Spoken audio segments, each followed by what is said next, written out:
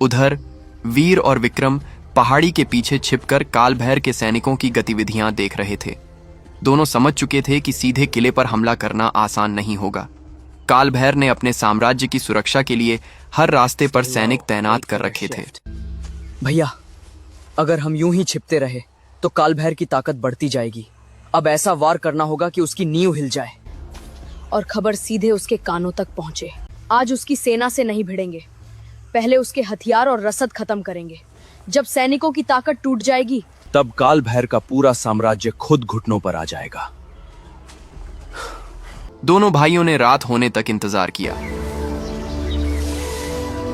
अंधेरा होते ही वे पहाड़ी के पीछे से निकलकर कालभैर के सैनिकों के एक बड़े भंडार की तरफ बढ़े। वहां कई लकड़बग्घा सैनिक पहरा दे रहे थे। सावधान रहो, सरदार कालभैर का आदेश है, कोई अनजान योद्धा दिखे तो तुरंत खबर देना। वीर और विक्रम अभी इसी जंगल में छिपे हैं और अगर वे हाथ लग गए तो उनका बचना नामुमकिन है। वीर ने यह बात सुन ली। उसने विक्रम को इशारा किया और दोनों अलग अलग दिशाओं से सैनिकों के पास पहुंच गए। अपने सरदार से कह देना, उसके दुश्मन अब अंधेरे में छिपे नहीं हैं। हम उसकी ताकत के बीच खड़े हैं। आज से कालभैर जहां कदम रखेगा वहां उसे अपनी मौत की आहट सुनाई देगी। पकड़ो इन्हें। आज दोनों भाइयों को घेरकर ऐसा सबक सिखाओ कि दोबारा कालभैर के साम्राज्य की तरफ देखने की हिम्मत ना हो। कई सैनिक वीर और विक्रम की तरफ दौड़े। दोनों भाइयों ने तलवार से अपना बचाव किया। कुछ सैनिक घायल होकर जमीन पर गिर गए।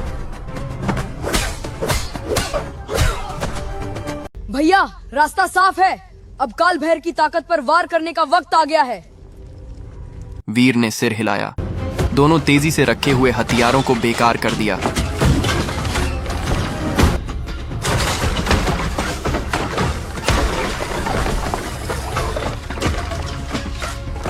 सैनिकों के लिए रखा जरूरी सामान भी नष्ट हो गया।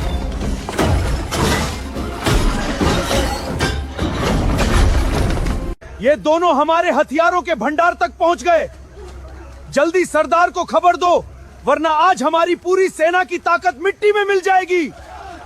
वीर और विक्रम वहां से तुरंत निकलकर जंगल की तरफ भागने लगे।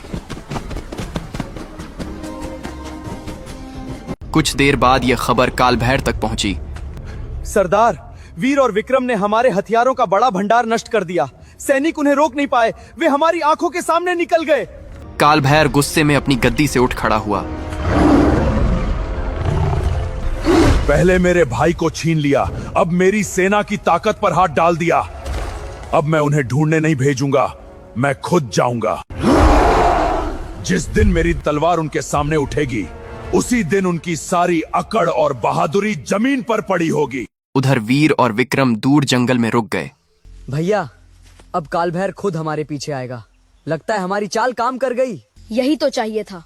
अब शिकार हम नहीं, कालभैर होगा। उसे वहीं ले जाएंगे जहां हमारी अगली चाल उसके घमंड की जड़ हिला देगी। और उसे समझ आएगा कि उसने किससे दुश्मनी मोल ली है। और उसी समय कालभैर अपने सबसे ताकतवर सैनिकों के साथ उनके पीछे निकल पड़ा। अब दोनों तरफ से युद्ध की तैयारी हो चुकी थी।